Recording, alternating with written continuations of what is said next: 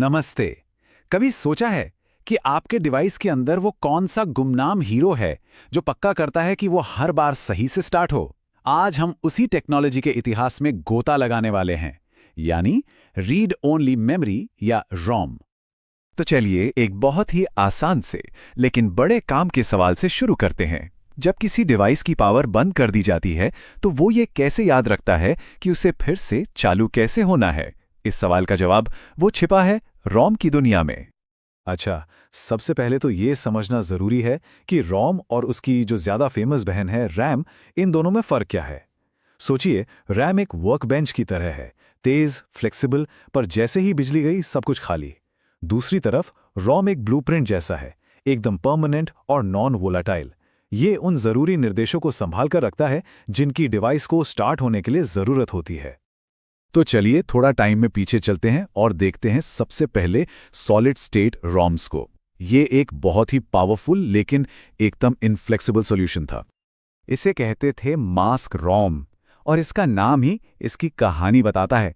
यहाँ डेटा को literally chip के सर्किट में ही खोद दिया जाता था, बिल्कुल वैसे ही जैसे पत्थर पर कुछ तराश दिया हो। एक बार जो बन गया सो बन गया, उसे बदलना नामुमकिन था। लेकिन इस परमानेंट होने की एक बहुत बड़ी कीमत थी। मास्क रोम तभी सस्ता पड़ता था जब आप लाखों की तादाद में बना रहे हो, और डिजाइन से लेकर फाइनल प्रोडक्ट तक पहुंचने में महीनों लग जाते थे। और सबसे बड़ी दिक्कत, अगर कोड में जरा सी भी गलती हो गई तो इसका मतलब था कि लाखों की लाखों चिप्स कबाड़ हो गईं। साफ था, हमें इससे कुछ बेहतर चाहिए था। और यहीं से इनोवेशन का अगला दौर शुरू होता है। अब फोकस था फ्लेक्सिबिलिटी पर, मतलब डेवलपर्स को बदलाव करने की पावर देने पर। तो पहला बड़ा ब्रेक थ्रू आया 1956 में PROM के रूप में, यानी प्रोग्रामेबल रोम। इसने डेवलपर्स को यह ताकत दी कि वो फैक्ट्री के बजाय खुद चिप्स को प्रोग्राम कर सकें। पर एक पेंच था, बहुत बड़ा पेंच। आप ये काम सिर्फ एक बार कर सकते थे। एक गलती हुई और बस गेम ओवर। इसके बाद तो तरक्की बहुत तेजी से हुई। 1971 में आया EEPROM, जिससे हम तेज यूवी लाइट का इस्तेमाल करके चिप्स को मिटा सकते थे। लेकिन यह बड़ा झंझट वाला काम था। आपको चिप को डिवाइस से निकालना पड़ता था। फिर ठीक 1 साल बाद EEPROM ने आकर सब कुछ बदल दिया। अब आप बिजली का इस्तेमाल करके ही चिप को मिटा सकते थे और उसे डिवाइस से निकालने की भी जरूरत नहीं थी। अब इसका मतलब क्या हुआ? अरे ये तो एक क्रांति थी। सोचिए, अब डिवाइस को खोले बिना ही उसका सॉफ्टवेयर अपडेट किया जा सकता था। फर्मवेयर बनाना, उसे अपडेट करना, ये सब कुछ अचानक से बहुत तेज, सस्ता और इतना फ्लेक्सिबल हो गया था, जिसने टेक्नोलॉजी की रफ्तार को एक ऐसा बूस्ट दिया जो पहले कभी देखा नहीं गया था। तो चलिए कहानी में और आगे बढ़ते हैं और देखते हैं कि कैसे इन सब ने मिलकर फ्लैश मेमोरी क्रांति की नींव रखी, जिसने मॉडर्न स्टोरेज का पूरा नक्शा ही बदल दिया। 1980 में टोशिबा के इंजीनियर्स ने EEPROM को एक नए लेवल पर पहुंचा दिया और आविष्कार हुआ फ्लैश मेमोरी का। ये सिर्फ तेज और ज्यादा ड्यूरेबल ही नहीं थी, बल्कि ये डेटा को एक एक बाइट करके मिटाने के बजाय बड़े बड़े ब्लॉक्स में मिटाती थी। मतलब स्पीड और एफिशिएंसी में एक जबरदस्त उछाल। और इसके जो इन्वेंटर थे, फुजियो मासुओका, उनका सपना कोई छोटा मोटा नहीं था। उनका मकसद सिर्फ रोम को बेहतर बनाना नहीं था।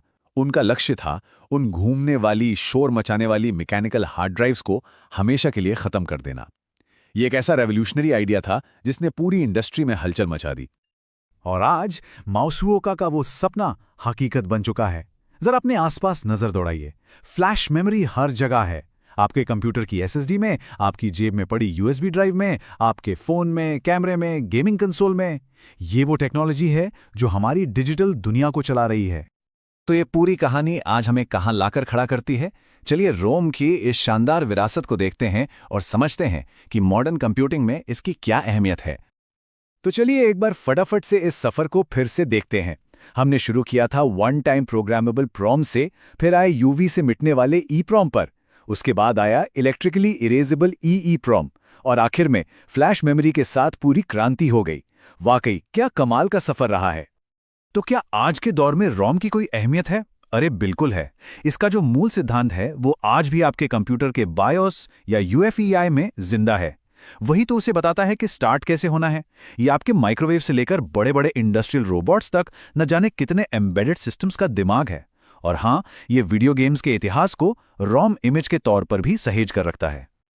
और आखिर में एक सवाल जो सोचने पर मजबूर करता है, जैसे जैसे मेमोरी टेक्नोलॉजी और तेज और ज्यादा फ्लूइड होती जा रही है, क्या कभी ऐसा दिन आएगा जब परमानेंट रॉम और टेम्परेरी रैम के बीच की ये जो लकीर है वो पूरी तरह से मिट जाएगी?